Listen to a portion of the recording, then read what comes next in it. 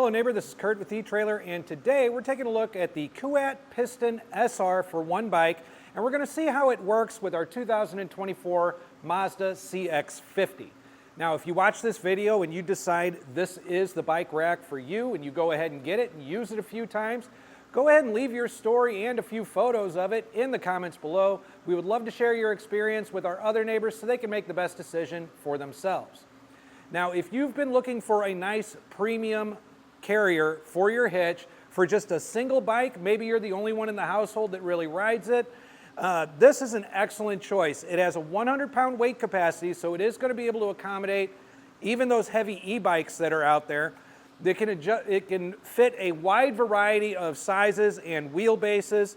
It also has adjustments here so your different wheel sizes can work as well. And it also has a spot here for fender straps, so even though this is a wheel-mounted bike rack, there is a kit out there that'll let you adapt to your bike with fenders, which frankly a lot of e-bikes out there currently have. So as far as how it fits with our CX-50, it's close, and this is a bike with a rather large frame, but even sitting where it is on a rougher road, this really isn't in any danger of making contact with the back of the vehicle. We've got plenty of room up here by our handlebars. Now down here with the pedals, it looks like it's a little bit snug. If you're worried about it, I would just rotate that inner pedal up here where this cavity where your license plate is and kind of let it live in there and give it a little bit more room to breathe, so to speak.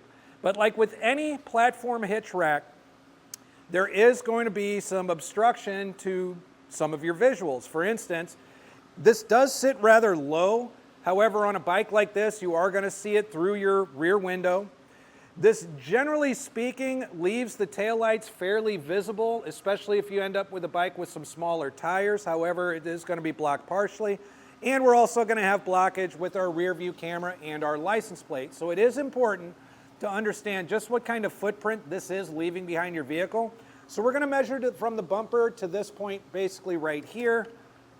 And what we're going to come up with is about 14 inches. So that's not really all that much, even though it's a single bike carrier. Just remember you got a little more than a foot back here that you're going to have to account for when you're parallel parking or backing into a tighter space. We'll also take a look at our ground clearance. Now, the ground clearance on this is only going to be about 10 3/4 inches. There is no rise to the shank, so it's actually the same height as your hitch. But that is something to keep in mind when you are coming upon a steep driveway or an incline. However, the good news is even with that low clearance, it does keep it kind of close to the vehicle, so it kind of mitigates that a little bit. Now, I did also mention that this bike can accommodate, or this rack rather, can accommodate bikes up to 100 pounds. So to get your bike up into the wheel tray on this is going to be about 15 inches.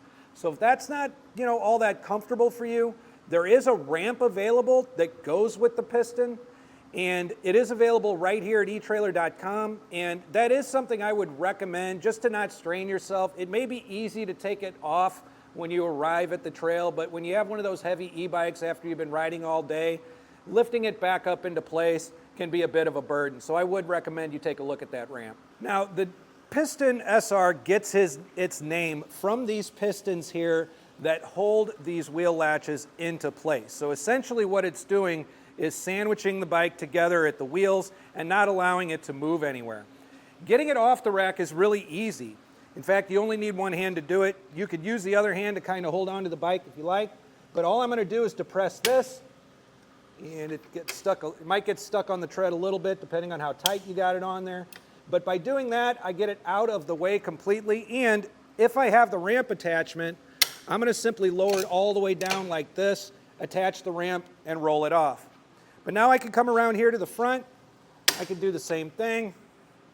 And this is really easy to get down off the rack. So now I'm ready to go ahead and store my bike or hit the trail. So I had mentioned how these ratchet forward. I'll demonstrate that right now. You can hear it clicking as it goes down right here, and then it'll latch right into place. I'm going to do the same on this side here. Get it latched down right into place just like that. And just a couple other kind of neat features that this has while we're down here. There is an integrated cable lock here, or it's not necessarily integrated, but it just has a really nice place to store it. That will go into this lock right here in the middle, which is going to be key-to-like to your included locking hitch pin. So a lot of really cool features with this rack. It's very easy to operate and does leave a very small footprint behind the vehicle, making it, in my mind, a really good choice for you and your CX-50. I'm Curt with eTrailer. Thanks for stopping by.